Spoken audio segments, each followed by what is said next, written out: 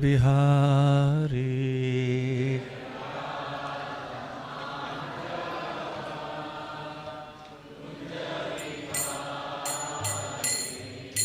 जय राधा माधव कुंज बिहारी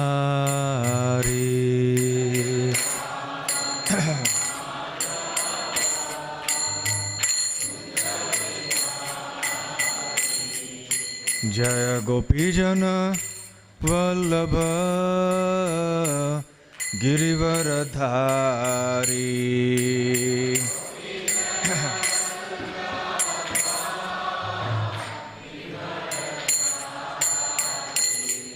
जय गोपीजन वल्लभ गिरिवरधारी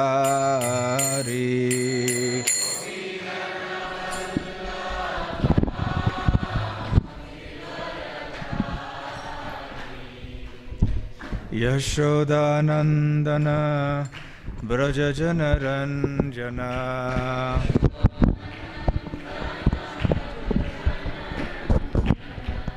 यशोदानंदन ब्रज जनरंजना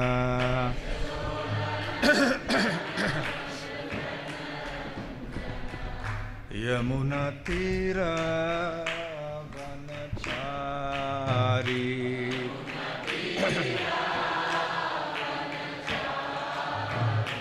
यमुना तीरा वनचारी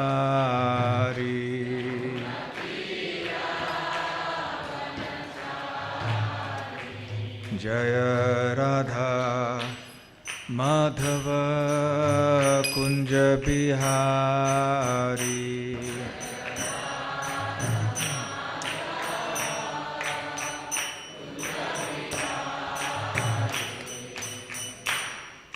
जयम विष्णुपाद परमहंस परिव्राजकाचार्य स्तोत्र सत His Divine Grace Abhay Charanaravind Bhakti Vedanta Swami Srila Prabhupada ki jai.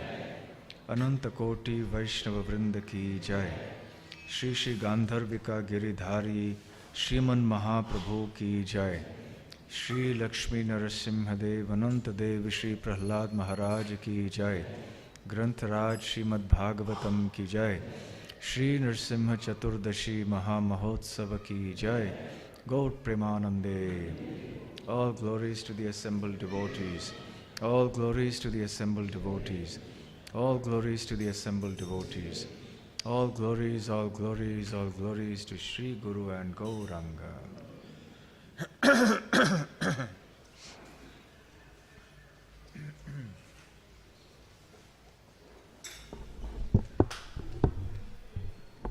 Hare Krishna, Hare Krishna.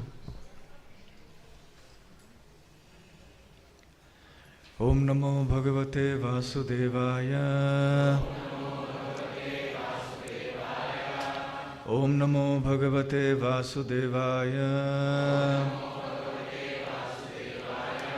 Om Namo Bhagavate Vasudevaya.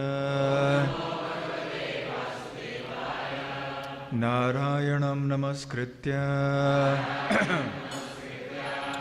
Naram Chaiva Narottamam Devim Saraswatim Vyasam Tato Jayamudirayet Nashta Prayeshva Bhadreshu Nityam Bhagavata Sevaya Bhagavatyuttama Shloke Bhaktir Bhavati Naishtiki.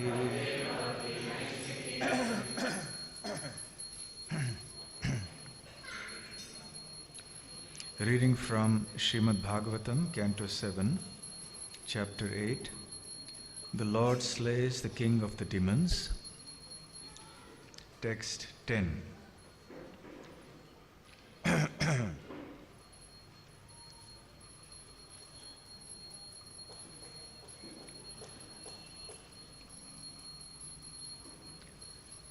Dasyun purasan na vijitya lumpato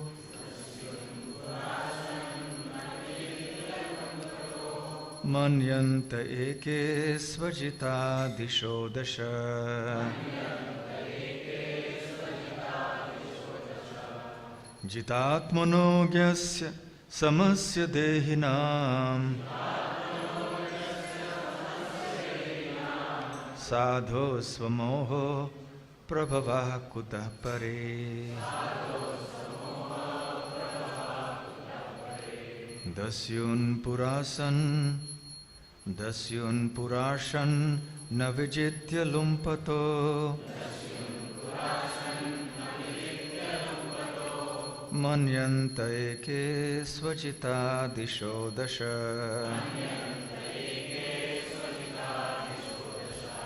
Jitatmano gyasya samasya dehinam. Sadho svamoha prabhava kuta pare. Chant, please chant.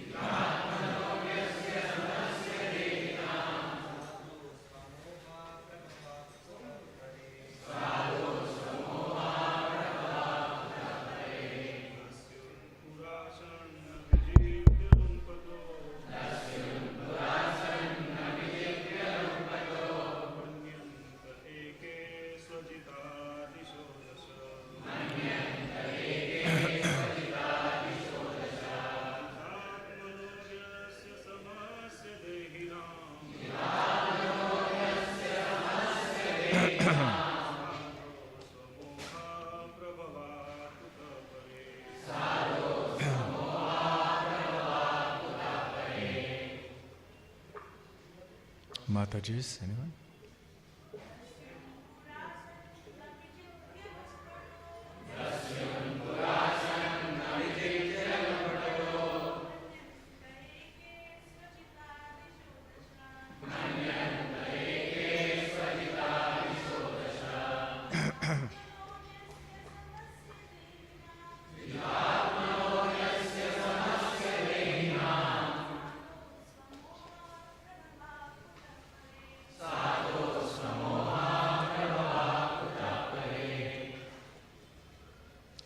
Dasyun, plunderers. Pura, in the beginning. Shat, 6. Na, not. Vijitya, conquering. Lumpataha, stealing all one's possessions. Manyante, consider. Eke, some. Svajitaha, conquered. Dishaha dasha, the 10 directions. Jita atmanaha, one who has conquered the senses. Yasya, learned. Samasya, equipoised. Dehinam, to all living entities. Sadhoho, of such a saintly person. Swamoha prabhavaha, created by one's own illusion. Kutaha, where? Pare, enemies or opposing elements. Translation and purport by His Divine Grace, A.C. Bhakti Vedanta Swami Srila Prabhupada. Translation. In former times there were many fools like you who did not conquer the 6 enemies that steal away the wealth of the body. These fools were very proud, thinking, I have conquered all enemies in all the 10 directions. But if a person is victorious over the 6 enemies and is equipoised toward all living entities, for him there are no enemies. Enemies are merely imagined by one in ignorance.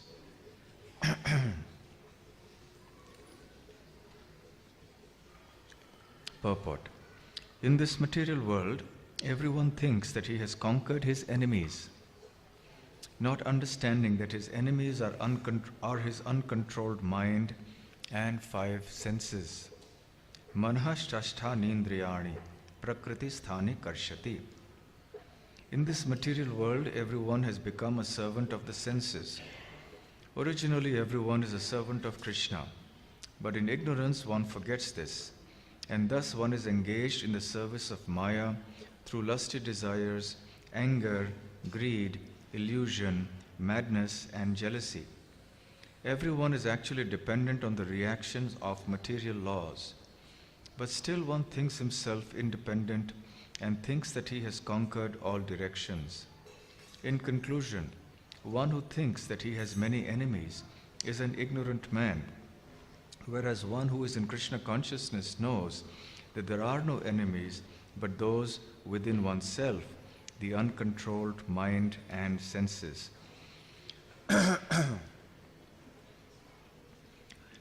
Om Jnanatimmirandhasya Jnananjana Shalakaya Chakshurunmilitam Yena Tasmai Shri Gurave Namaha Shri Chaitanya Manobhishtam Sthapitam Yena Bhutale Swayam Rupa Kadamahyam Dadati Svapadantikam Vandeham Shri Guru Shri Yutapadakamalam Shri Gurun Vaishnavamscha Shri Rupam Sagrajatam Sahagana Raghunathanvitam Tam Sajivam Sadvaitam Savadhutam Parijana Sahitam Krishna Chaitanya Devam Shri Radha Krishna Padang Sahagana Lalita Shri Vishakhanvitamscha Nama Om Vishnu Padaya Krishna Presthaya Bhutale Srimate Bhakti Vedanta Swamin Niti Namine Namaste Saraswate Deve Gauravani Pracharine Nirvishesha Shunyavadi Paschatya Deshatarine Vancha Kalpatarubhyascha Kripa Sindhubhya Evacha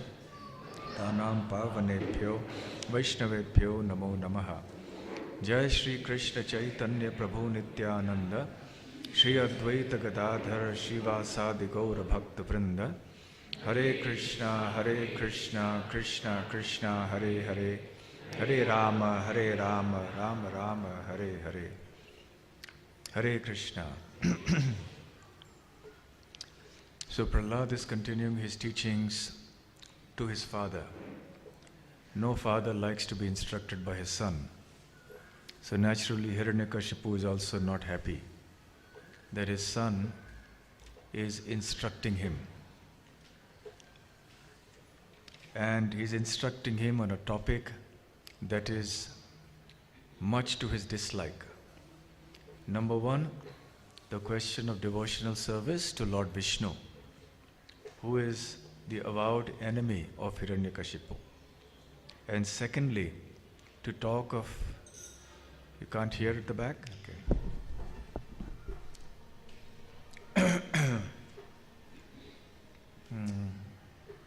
Yes, so Prahlad Maharaj is instructing Hiranyakashipu about things that Hiranyakashipu doesn't like to hear. Usually good instructions are like that.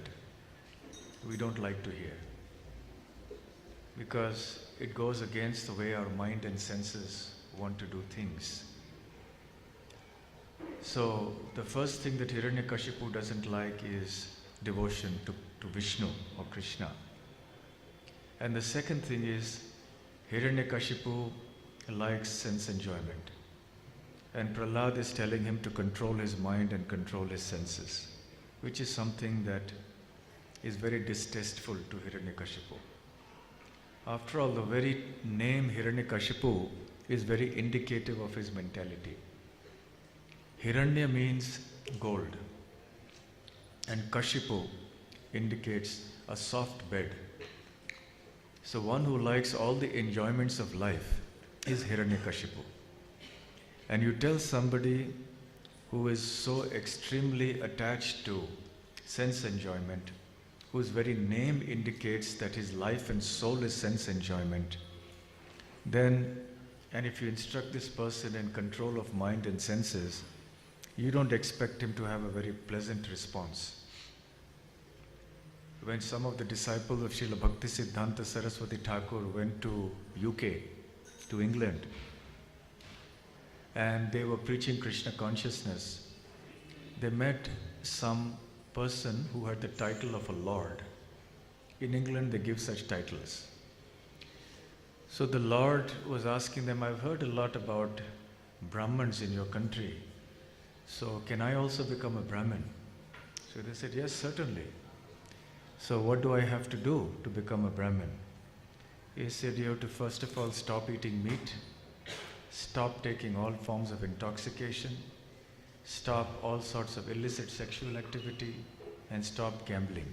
Then you can become a Brahmana. He said, forget it.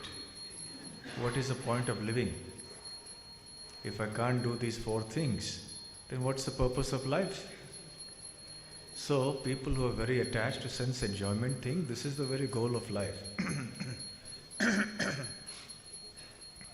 And therefore, when somebody talks to them about controlling the senses and restricting sense gratification, that is something that they just cannot accept. And Hiranyakashipu is the guru of all such people, the topmost amongst all those who think that sense gratification is the goal of life. So we have many disciples of Hiranyakashipu today growing by the number, and they're very articulate proponents of this idea. So there are many team members in this, like Charvaka and so on. You know, Charvaka was a sage, but not all sages in the Vedic times were devotees. There were some who were atheistic, some who were materialistic also. They were only so-called sages. Charvak Muni's famous statement is,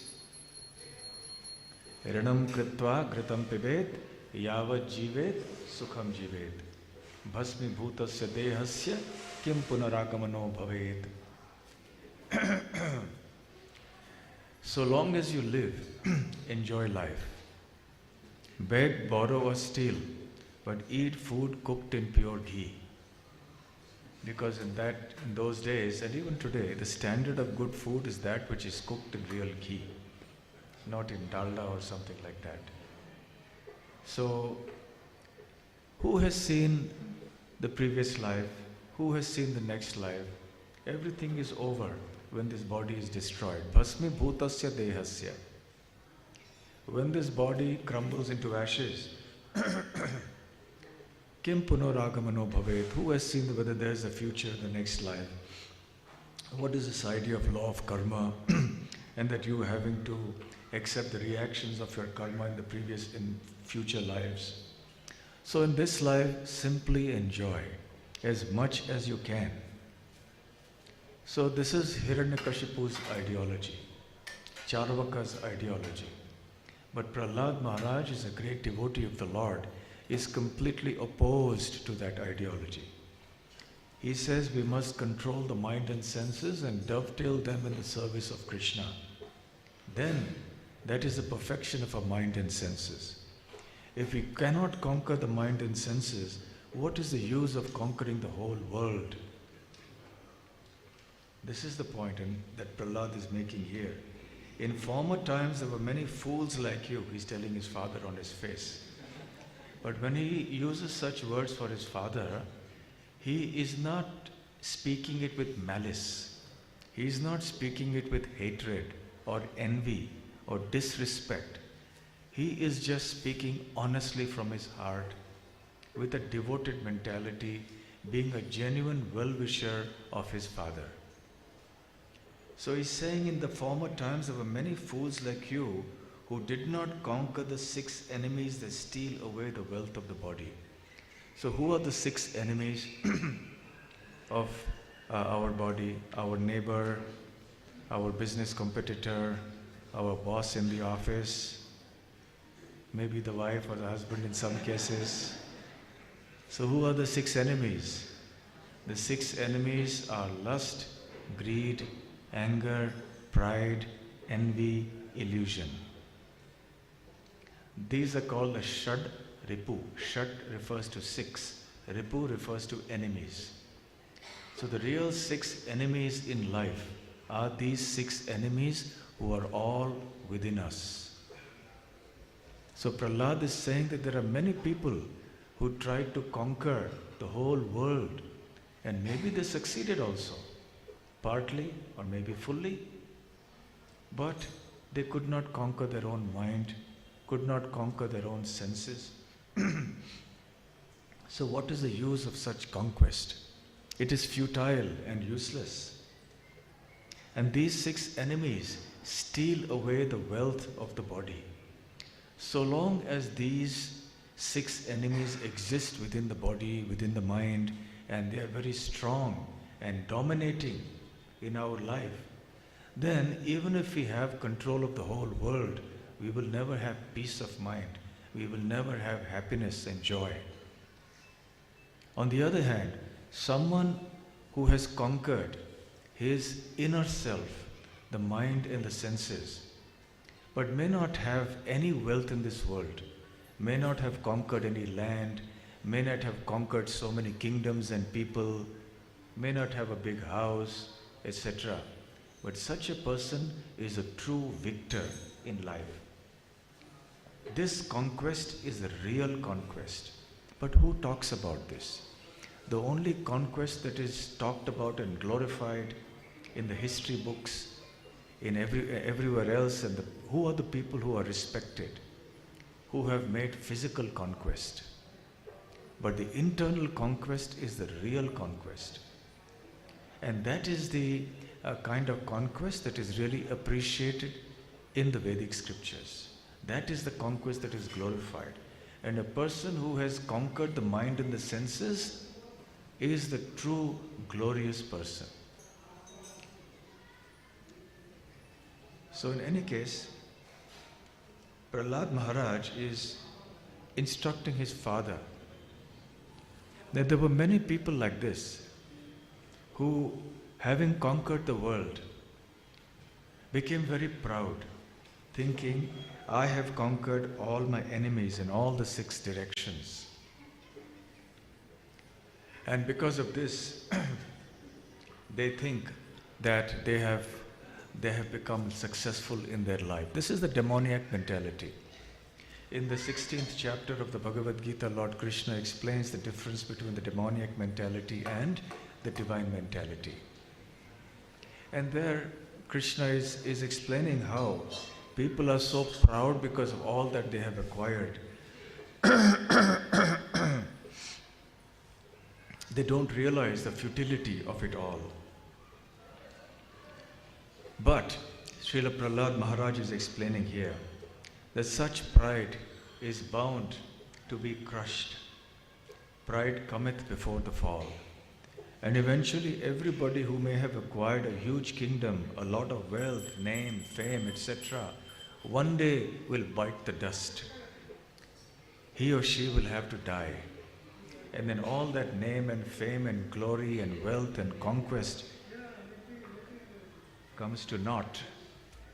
Therefore it is zero. There is no value in such conquest. And he's speaking about the real conquest. If a person is victorious over the 6 enemies and is equipoised toward all living entities, for him there are no enemies. So if you want to be truly successful in life, and you want to be qualified for the devotional service of the Lord, Hare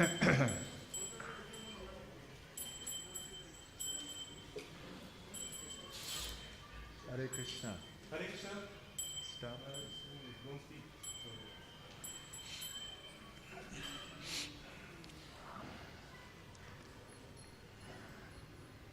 This is actually one of the most important periods of our life. When we are glorifying Krishna in front of the deities, when we are worshipping Him, when we are chanting His names, and when we are hearing about Him. So at this time, there should be no other activity, right? There should be no discussions. So Prahlad Maharaj is saying, Jitatmano Jnasya Samasya Dehinam. So the twofold formula for success. Even to be eligible to become a pure devotee of the Lord, these 2 things are required. Jitatmana Jnasya. Jitatmanaha means one who has conquered the mind. Jitatmanaha prashantasya paramatma samahitaha. In the Bhagavad Gita, Krishna explains that for one who has conquered the mind, the super soul is already reached. So this is a simple process. With an uncontrolled mind, one cannot focus on the Supreme Personality of Godhead. Bhogaishwarya prasaktanam taya paharita chetasam vyavasayatmika buddhihi samadho na vidhiyate. Krishna says in the second chapter of Bhagavad Gita that from one whose mind is too attached to the sense gratification of this world and to the opulence of this world, that one-pointed attention and determination that is required for focusing on the Supreme Personality of Godhead will never arise. So because the mind is bahushakhahi anantasya, the mind is played in so many different directions, we cannot focus the mind on Krishna. Therefore it is that we sit for japa, the mind goes to so many different directions and we are not able to concentrate on the holy name. At the same time, without chanting the holy names, without serving Krishna, we cannot control the mind. The two things go side by side. Here Prahlad Maharaj is giving us the formula, Jitatmanaha, and the second, Samasya Dehina. We discussed that yesterday, of how we must have equal vision towards everybody, not have any feeling of enmity towards anybody, and we should be well-wishers of everybody, following in the footsteps of great devotees like Prahlad Maharaj.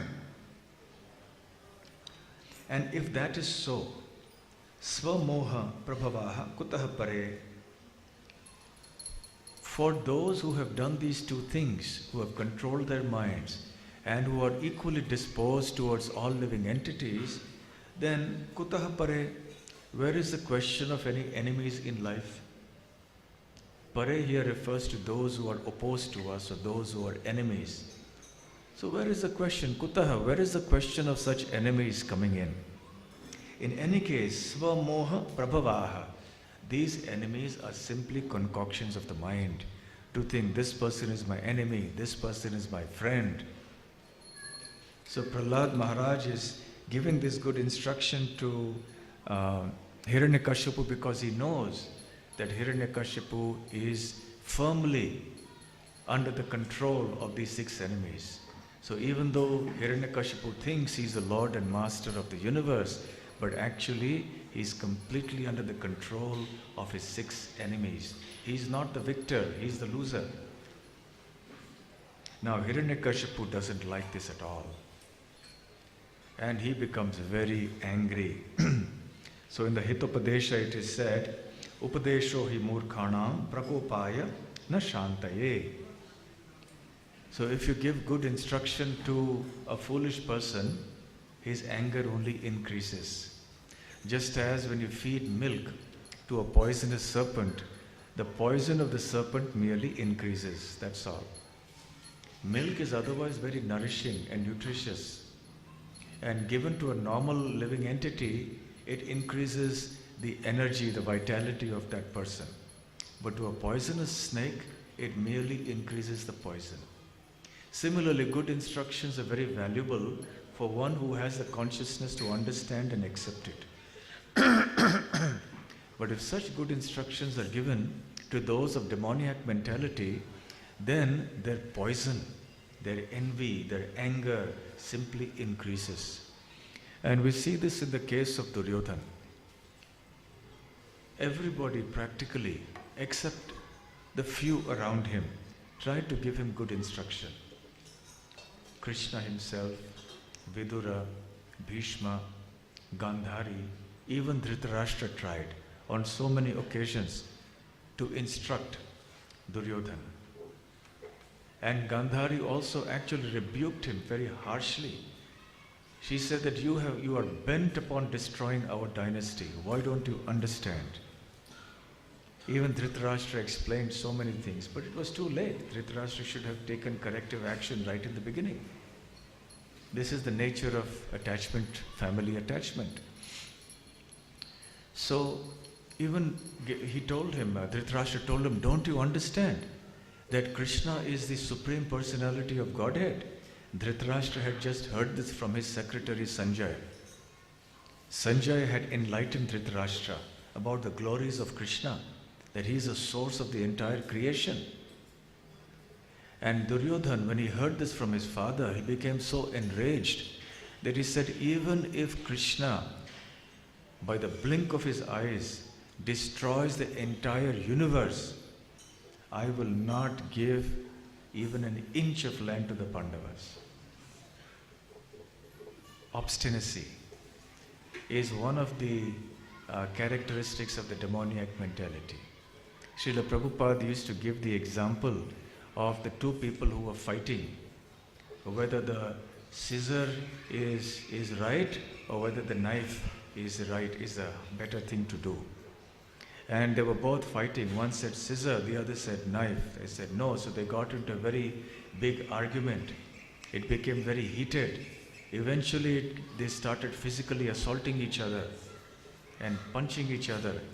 Said knife. Said no. The other person said no, scissor. So they would punch each other. And finally, the person who was advocating the use of the knife, he was a little stronger. So he picked up the person who was advocating scissors and he threw him into the river. Unfortunately, this person didn't know how to swim, so he was drowning. But even as he was drowning and his body had submerged in the water and the water had come to the head, but still he put his hands above the water and did his scissors to indicate that scissors is right. I may die, but scissors is superior. So this is the nature of demoniac people in this world. I will conquer my enemies, whatever happens, even if it means I lose my life. For what are people struggling hard in this world? What is the use of all this conquest if you have not attained that which is lasting, which is permanent? If you attain that which is merely transient, flickering, is there today, gone tomorrow, what is the use? But demoniac people like Hiranyakashipu cannot understand these instructions, which are actually very common sense things. But when one's mind is bewildered, when one is under the control of the six enemies, then one cannot understand even that which is in plain sight. Who is our enemy? Who is our friend? An enemy is one who acts against our welfare, our true welfare. You see, demoniac people cannot distinguish between a friend and an enemy. They think the enemy to be the friend and the friend to be the enemy. And many times, the friend disguises appears to be an enemy because he speaks harsh words. And many times the enemy comes in the guise of a counselor or a friend or a relative and so on, and guides accordingly. When Vibhishan was advising Ravana, what you have done is very wrong. Even now there is time. You should return Sita Devi with honor to Lord Ram. There is still time that you may save yourself and the entire dynasty and the whole kingdom and the city of Lanka. Because if you don't do this, then everything will be destroyed. And Ravana was enraged, and Ravana started saying that I don't need any enemies when I have friends like you, brothers like you. It is only because you are my blood brother that I am letting you live. Otherwise, had it been anybody else who had spoken these words, I would have killed him on the spot. The most dangerous people in life are those who come in the guise of our relatives and friends, but actually are our enemies. So he was accusing Vibhishan of being his enemy. Because we think an enemy is one who speaks harsh words to us and says things that our mind doesn't want to do. And we think that a friend is one who will speak pleasingly to us. He will nourish our false ego. He will tell us whatever our mind wants. whatever is pleasing to our senses. So that is our understanding of who is a friend and who is an enemy. But because our discrimination is faulty, it is contaminated by material conceptions of life, therefore we don't understand who is a true friend and true enemy. Vibhishan was actually the best friend of Ravana. And all the other generals of Ravana who were egging him on, urging him, yes Ravana, you are almighty, you are the most powerful king. Just the other day you subdued Yamaraj, and before that you subdued Indra. So this was all very pleasing to Ravana to hear. Because when you praise somebody and his exploits, it nourishes a false ego like anything. And you feel this person is really well qualified. He is situated in knowledge because he understands who I am, understands my power. So he considered these generals to be his well-wishers because they were asking him to do, encouraging him to do what his mind and senses wanted him to do, what was pleasing to the mind and senses. But because Vibhishan spoke harsh words, so Ravan considered him his enemy. This is the tragedy. Even Vidura spoke harshly to Duryodhana, rebuked him very severely, not out of envy or hatred, but out of compassion. But Duryodhana, being demoniac just like Ravana, he misconstrued the good words of advice of Vidura, and he also threw him out. And he used similar language to what Ravana had used to Vibhishan. It's only because you are my uncle, my relative, that I'm letting you go alive. But now you can leave this place. Do not come back here. Go only with your life heir. Don't go with anything else. Ravana also banished Vibhishan. He says, just go away from here if you want your life. So the real friends come and speak the truth to us, speak what is our real welfare to us, and we don't like it. We think this person is our enemy. This is actually speaking a childish mentality. Those of you who are grihasthas and who have children, you know very well that sometimes a child wants to do something which is really harmful to itself. And when the parent stops the child becomes really angry. And the child says, I hate you. Have you any experience? I hate you. Even as children, we may remember, we must have done the same thing to our parents. We must have got angry. We want to do something and the parents think it's really dangerous. But then we get very angry with the parents and said, we hate you because you're not letting me do what I want to do. So what is the difference between this childish mentality and the mentality of Duryodhana and Ravana? Same thing. Childish means one who has no discrimination, who has no advanced understanding. So similarly, the demoniac person also, his discrimination is not advanced, is not mature. So it is like a child. But the only problem is that he has so much power, unlike a child, that he can wreak havoc. So Prahlad Maharaj is giving good instructions, as is his duty, but Hiranyakashipu has become very angry. And he says, Vyaktam tvam martu kamosi yaha ati matram vikathase. It is evident, it is vyaktam, it is very clear that you are desirous of death. Martu kamaha. So it seems you want to invite death. That is why you are speaking like this. Otherwise, who will speak like this? And to me. And you are boasting. Vikathase means boasting. Boasting of what? You are boasting, you are preaching to me about controlling the mind and senses. To me?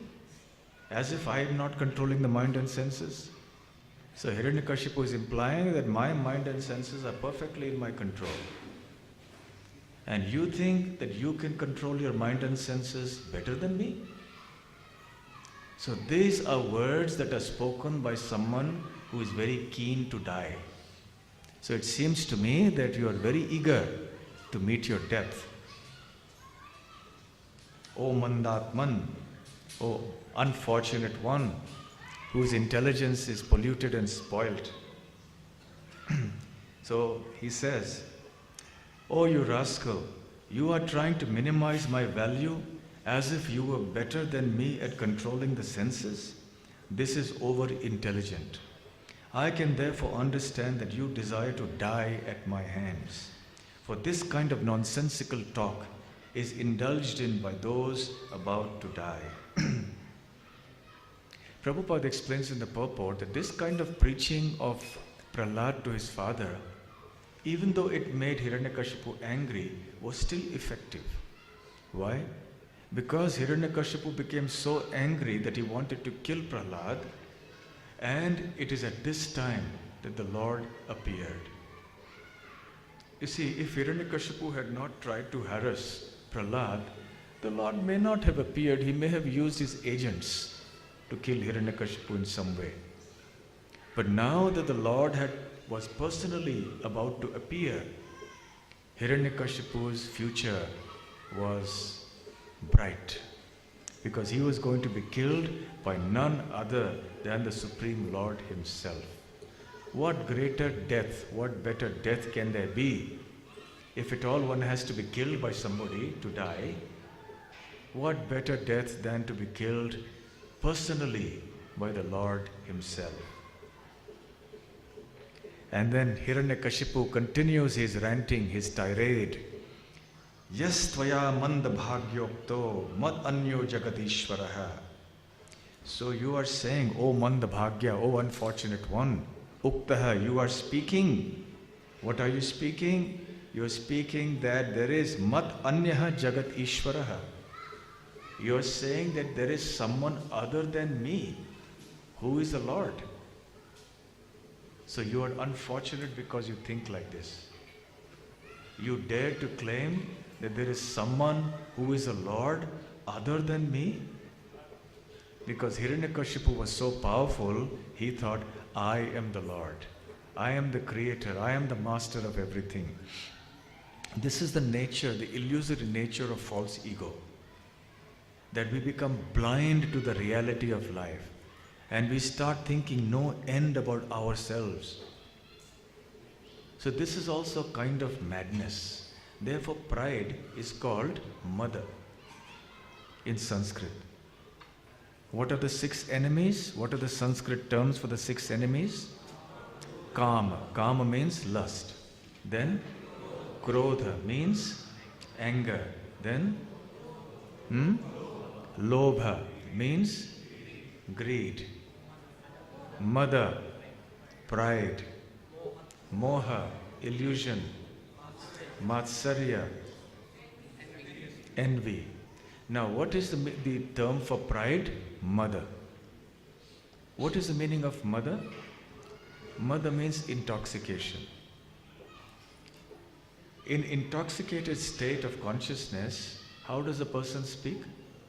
Have you seen someone who is intoxicated, blabbering or speaking? How does he speak? I hope you haven't seen, but in case you have, a person thinks no end of himself. He gets false courage. He has some false ideas of his own glory. He may say, I am Napoleon. I am so and so. Isn't it? This is the result of an intoxicated state of consciousness, where one has an exaggerated sense of one's own importance and power and prestige and ability and so on. It is complete illusion. But he thinks, I am something very powerful. That is why when a person is intoxicated, he can get very aggressive. Had he been sober, he would have had a realistic assessment of his own strength and the strength of the person in front of him. Oh, this person is much more powerful. I better not go and fight with him because I will get beaten up. And I don't want to suffer unnecessary pain to my body. and humiliation. But when a person is intoxicated, he loses that sense of understanding and discrimination of what is his own power and what is the power of the person ahead. And therefore he thinks no end of himself and does all kinds of foolish things. That is why the word pride is called mada. Intoxication, madness. When a person is mad, also he acts like this. So intoxication, madness, pride, they are all synonymous. They all mean the same thing. So to have excessive pride is also a form of madness, where a person will speak anything and everything. One time, there was an asylum for people who were mentally challenged, who were mad. And the king of the kingdom also came there, because they are also, after all, his praja, no? They are his subjects also. So he is responsible to them also. So he used to go around looking at the welfare of different sections of his population. And so he came to the mental asylum also. And he came, as he entered, everybody started thinking that he is also another mad person who has been admitted into the hospital. So they all started saying, "Oh, you are also one of us, come, come." So the king naturally was offended. He said, "I am not like you, I am the king of the country." So then they replied, "Yeah, we also used to talk like this when we came here."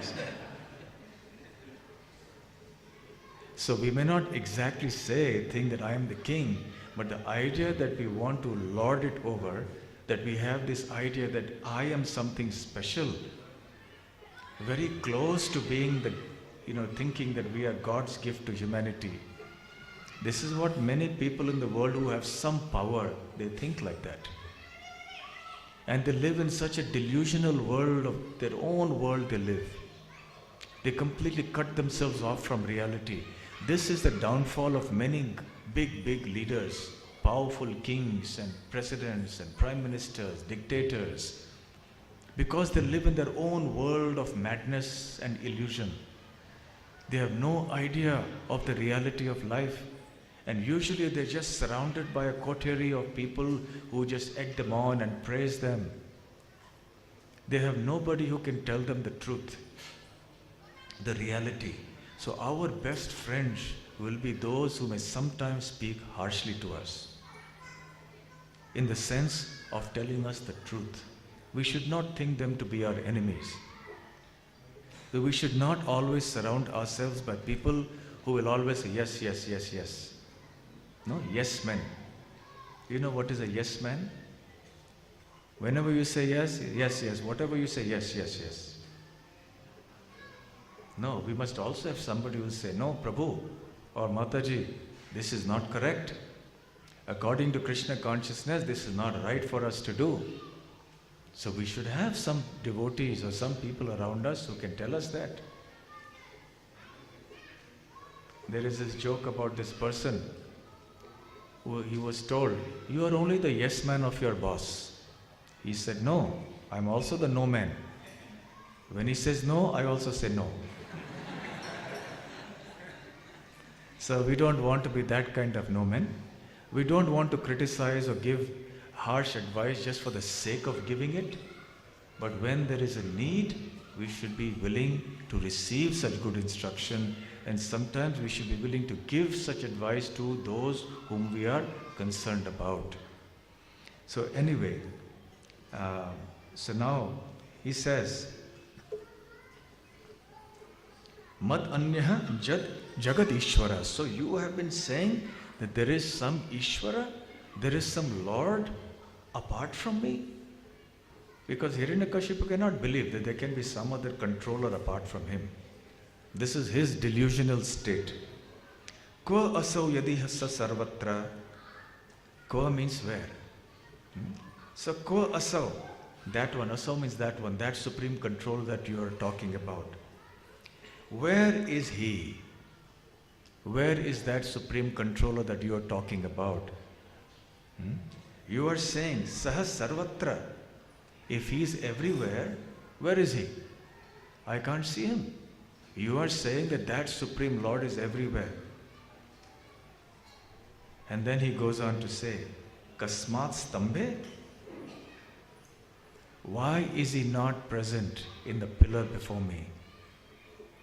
Kasmat stambhe na drishyate? Why is he not visible to me in this pillar? You are saying there is an Ishvaraha. And you are saying Saha Sarvatra, he is everywhere. But Kwa Asau, where is he? I don't see him. Kasmat stambhe na drishyate? If he is everywhere, is he also in the pillar here? Why is he not in the pillar in front of me?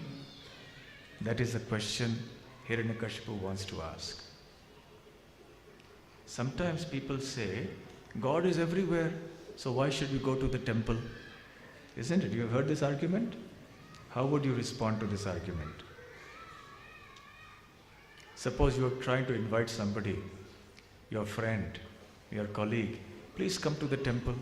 And they say, no, God is everywhere, why should I go to the temple? Huh? What? Yes, God is in the temple also. Yes, Prabhupada gave that answer. But further he may say, God is in the temple. I agree. I don't say God is not in the temple. But God is everywhere outside the temple also, so I will be satisfied with God outside the temple. Huh? Yes, yes. Huh?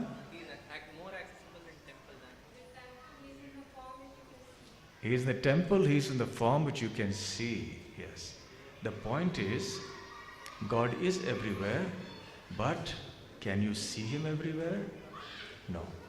If you are on the platform where you can see God everywhere, then you don't need to go to the temple. But of course, if you actually see God everywhere, you will be more eager than anyone else to go to the temple. But even for argument's sake, if you accept that you can see God everywhere, then we say, all right, you needn't come. But are you in a position to see God everywhere? No.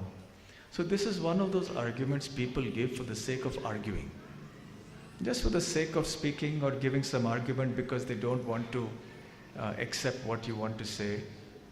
But the fact is that God is everywhere. Yo mam pashyati sarvatra sarvam cha mai pashyati. So one, the Lord says, I am within everything, everyone is within, all are within me, and the person can see him everywhere like that. This vision of seeing the Lord everywhere is possible only in a very advanced state of consciousness. And it may not necessarily imply that one sees the form of Krishna in every atom. When you say that we see the Lord everywhere, someone asked Prabhupada this question, one devotee asked him. So Prabhupada, when it is said that a devotee, a pure devotee sees Krishna everywhere, does it mean that he sees forms of Krishna, Krishna, Krishna, Krishna, Krishna everywhere in all the atoms? Because Krishna is in every atom? Prabhupada said, no, that is not what is meant. It means that you understand that this is Krishna's energy. Krishna is present in the form of his energy. Wherever you see, whatever you see, you recognize Krishna's presence through his energy. Prabhupada also gave an analogy one time that, see, my spectacles are on this table. So when you see the spectacles, what do you think of? Prabhupada, we think of you. So why? Because these are your spectacles. Correct? He said. So just as when you see my spectacles, because you see the connection between the spectacles and me, you understand who is the owner of those spectacles, therefore immediately you remember me. So you're actually looking at the spectacles, but who are you remembering? Me. Because you say these are Prabhupada's spectacles. So similarly, the pure devotee may see this energy. He sees water. Oh, this is Krishna's water, Krishna's energy. Everything he sees around, he sees this is Krishna's energy. So he is reminded of Krishna because he sees the connection between the world around him and the Supreme Personality of Godhead. So this is an understanding of what it means to see Krishna everywhere. But for one who is a pure devotee, the Lord may also appear in his own transcendental form. And he will be visible to the Lord, to the devotee within his heart. Premanjana churita bhakti vilochanena santah sadaiva hridayeshu vilokayanti yam shama sundaram achintya gunasvarupam govindamadi purusham tamaham bhajami. So Brahmaji prays in the Brahma Samhita that when one's eyes are anointed with the ointment of devotion, of prema, the anjana of prema, churita, bhakti vilochanena, with the eyes of bhakti, one is endowed with that vision. Then santaha, the great devotees, sadaiva, always, hridayeshu, in their heart, they see. Whom do they see? Yam Shama Sundaram. They see the Shama Sundar Krishna playing the flute. Achintya Gunasvarupam, who is endowed with inconceivably transcendental and wonderful qualities. So when we are qualified to see the connection between the energy of the Lord and the Lord himself, when everything reminds us of Krishna, because we understand Krishna is the proprietor of everything, and when we serve Krishna and use that energy in Krishna's service, then we will be qualified one day to be able to see Shyam Sundar, Govinda, Giridhari playing the flute in our heart. This is the perfection of our life. But Hiranyakashipu wants to come to the platform of seeing the Lord directly, face to face. And that is possible for him because of his connection to Prahlad. So even if you're connected to a pure devotee, however unqualified you may be, because of that pure devotee's connection, your life becomes successful. So just see the fortune of Hiranyakashipu. Because he was a father of a great son like Prahlad, he became eligible eventually to see the Supreme Personality of Godhead in front of him, emerging in a most unusual, extraordinary way. So now Hiranyakashipu is challenging Prahlad. You are saying that he is everywhere. But where is he? Is he in this pillar? Srila Prabhupada mentions in his purports that demons sometimes declare to a devotee that they cannot accept the existence of God because they cannot see him. But what the demon does not know is stated by the Lord himself in Bhagavad Gita. Naham prakashah sarvasya yogamaya samavritaha. I am never manifest to the foolish and the unintelligent. For them I am covered by yogamaya. The Lord is open to being seen by the devotees, but non-devotees cannot see him. The qualification for seeing God is stated in the Brahma Samhita, and then Prabhupada quotes the same verse that I just quoted. Premanjana churita bhakti vilochanena. A devotee who has developed genuine love for Krishna can always see him everywhere. Whereas a demon, not having a clear understanding of the Supreme Lord, cannot see him. When Hiranyakashipu was threatening to kill Prahlad Maharaj, Prahlad certainly saw the column before him and his father, and he saw that the Lord was present in the pillar to encourage him not to fear his demoniac father's words. Some very startling words from Prabhupada. What is Prabhupada saying here? That when Prahlad was standing in front of Hiranyakashipu, and Hiranyakashipu was saying, where is your Lord? If you say there's some Lord other than me, and he's everywhere, where is he? And when Hiranyakashipu was looking at Prahlad, he saw that Prahlad was not looking at him. Now generally when you speak to someone, the person looks at you, right? You look at the person and that person looks at you. But if you are talking to somebody and the person is looking at a pillar, then what will you do? You will also turn and look at the pillar to see what is he looking there, what is he looking at. It's natural, isn't it? So Prahlad was looking at the pillar when Hiranyakashipu was talking to him. So then Prahlad said, "You are saying the Lord is everywhere.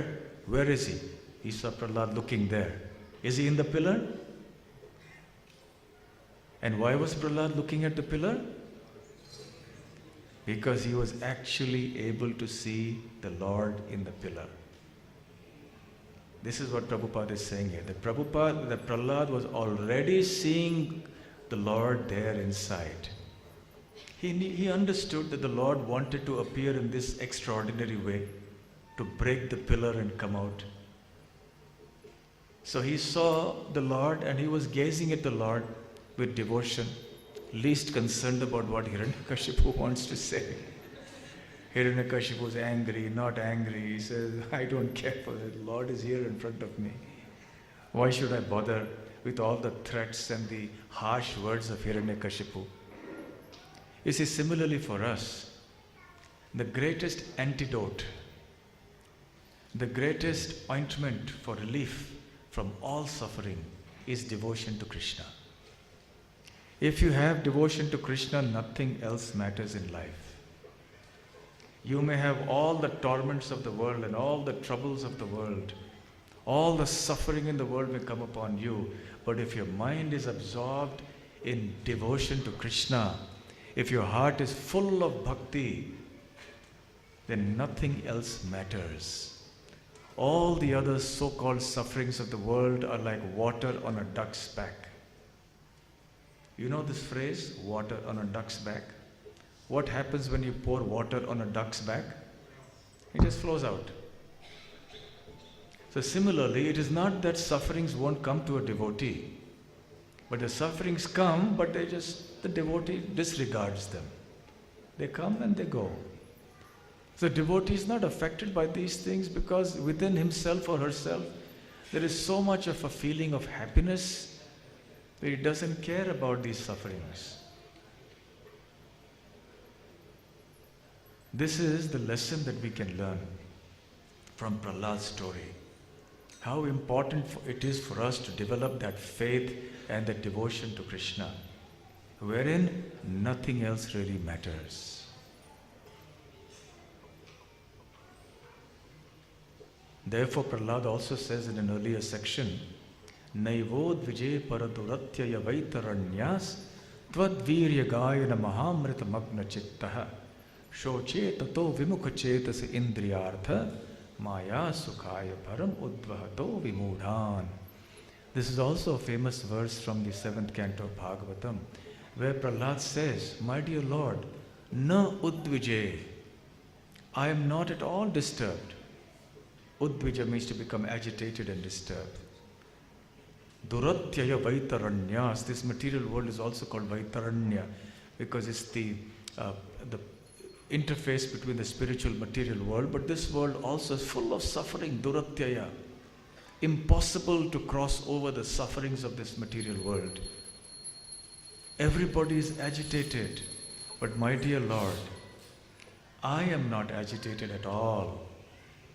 I am not worried about the sufferings that are inflicted upon me by this material nature. Naivod para, O para means O Lord. Duratyaya vaitaranyas. So why is it that I am not agitated by the sufferings of this world, which will inevitably come upon anyone who lives within this world? Tvad virya gayana. Because I am singing constantly the glories of your pastimes, your activities. Mahamrita, which are like great nectar. And my consciousness is absorbed in them. Magna chittaha. Because my mind is constantly experiencing the happiness of the nectar of your glorification. Therefore, all the sufferings of this world seem to be utterly insignificant, inconsequential. But I have only one unhappiness. What is that? Shoche tato. I'm grieving for, I'm sad for those people who are vimukha chetasa, who have turned away from you, who do not want to serve you and love you. I am sorry for them. That is the only sadness in my heart. I have no other problem in my life. And why have they turned away from you? Indriyartha, for the sake of their senses. And such gratification of the senses is maya sukhaya. It is simply illusory happiness, in which bharam udvahato, they take on all sorts of false responsibilities upon their heads. Vimudhan, and therefore they are very foolish. So for a pure devotee like Prahlad, who is always absorbed in devotion to Krishna, to Lord Narasimha, no other suffering matters. Personal suffering. So Prahlad is now seeing the Lord inside. And Hiranyakashipu is wondering, why is he not looking at me when I'm talking to him? And he's looking at the pillar. Hiranyakashipu, of course, cannot see the Lord in the pillar. He doesn't have that spiritual vision to see. But Prahlad has it. So he's seeing the Lord in the pillar. And now Hiranyakashipu is going to take the next step. He's going to see, he is challenging Prahlad. An open challenge.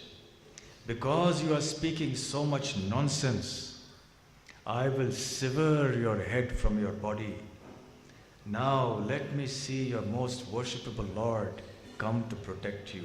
I want to see it. So now he is challenging God himself. Many people may challenge God. Why should God accept that challenge? Isn't it? Suppose there is a world wrestling champion or Olympic gold medalist heavyweight boxer. And suppose I go to challenge him in boxing. Is he going to accept my challenge? Or suppose a small child goes, I want to challenge you to a boxing match. Is he going to accept? Why should he accept? But if some very renowned boxer, some other champion boxer comes and challenges him, then he may accept. So why should any random person who's atheistic, doesn't have faith in the Lord, doesn't have knowledge, is full of ignorance, envy, pride, etc., he challenges God. Why should God pay heed to such a challenge? Why should the Lord worry at all? He will ignore him. One time there was a so-called rationalist in Sri Lanka. And he threw an open challenge to God. He was an atheist. So he wanted to propagate atheism. So he issued a newspaper advertisement. He said that we have booked such and such auditorium or big hall in the city of Colombo. And I challenge God openly to appear before us. At 6 p.m. we will be there and we will stay there till 7 p.m. If God exists, let him come and appear in front of everybody in this auditorium. And if he doesn't appear, then we will understand that God does not exist. So he invited his followers, and many other curious people saw the advertisement, and they all came. A lot of propaganda had been done for this program. And so he grandly announced, now the countdown begins. We are throwing an open challenge to God for him to come here. And then they were waiting, counting the time, and it became 7 o'clock. And then again he grandly declared, the Lord God does not exist. So the point is, why should God accept the challenge of such a foolish and ignorant person? Can anyone go and challenge God, and will God be obliged to take the challenge? Hiranyakashipu is a similar case, but Hiranyakashipu is fortunate. His son was a pure devotee. And the Lord would appear before him and take up his challenge, not for Hiranyakashipu's sake, but for Prahlad's sake. This is the important point to consider. The Lord appears not so much for the demons, he appears for his devotees. So, Paritranaya Sadhunam, which means to save the devotees, is more important than Vinashaya cha Dushkritam. For the Lord, saving the devotees is more important and valuable than destroying the miscreants. Because the miscreants can be destroyed by anyone, but as far as saving the devotees is concerned, it's a very personal matter. It's a matter of love. Therefore, the Lord will not delegate that duty to anybody else. He will do it himself. Whereas killing the miscreants, he has so many agents who will do the needful. So Hiranyakashipu is now throwing an open challenge. Soham vikathamanasya. So you are speaking so much nonsense. So I want to see that how he will come and protect you. Te gopayeta, let him protect you. Harihi tva adya yahate sharanam ipsitam. You are taking shelter of him. He is your protector. Let me see how he protects you. Krishna is goptritve varanam. He is the protector. He is the maintainer of all living beings. So Hiranyakashipu is saying, let me see how this Lord will protect you. Prabhupada explains in the purport, demons always think that the God of the devotees is fictitious. They think that there is no God and that the so-called religious feeling of devotion to God is but an opiate, a kind of illusion. Prabhupada is apparently referring here to Karl Marx. You have heard of Karl Marx? How many of you have heard of Karl Marx? He was, I'm surprised so many people have not heard of him, but I'm happy at that. Karl Marx is the founder of Marxism, which later became, one form of it was communism. Communism is basically an atheistic philosophy. So Karl Marx, he advocated that religion is just like an opium for the masses. You know, when a person takes opium or drugs or intoxication, he is in a different world. He's insensitized. No? So he just runs away from his miseries. When somebody is very miserable, then he takes alcohol, he takes drugs to forget his misery. So according to Karl Marx, religion is like that. Religion has been created to relieve the people of suffering so that they can forget their suffering. So therefore Prabhupada is referring apparently to him here without naming him and saying that they feel that the so-called religious feeling of devotion to God is but an opiate, a kind of illusion, like the illusions derived from LSD and opium. Hiranyakashipu did not believe Prahlad Maharaj when Prahlad asserted that his Lord is present everywhere. Because Hiranyakashipu is a typical demon, was convinced that there is no God and that no one could protect Prahlad. He felt encouraged to kill his son. He challenged the idea that the devotee is always protected by the Supreme Lord. And for once, the Lord will take him up on his challenge. And how he takes him up on the challenge, if you want to hear, if you want to know, then you will have to come this evening. And then the suspense will be revealed. Yes, confirmation. Shri Prahlad Maharaj ki jai. Shri Narasimhadeva Bhagavan ki jai. Shri Narasimha Jayanti Mahotsava ki jai. Grantharaj Srimad Bhagavatam ki jai. Srila Prabhupada ki jai. Gaur Premanande. Hare Krishna.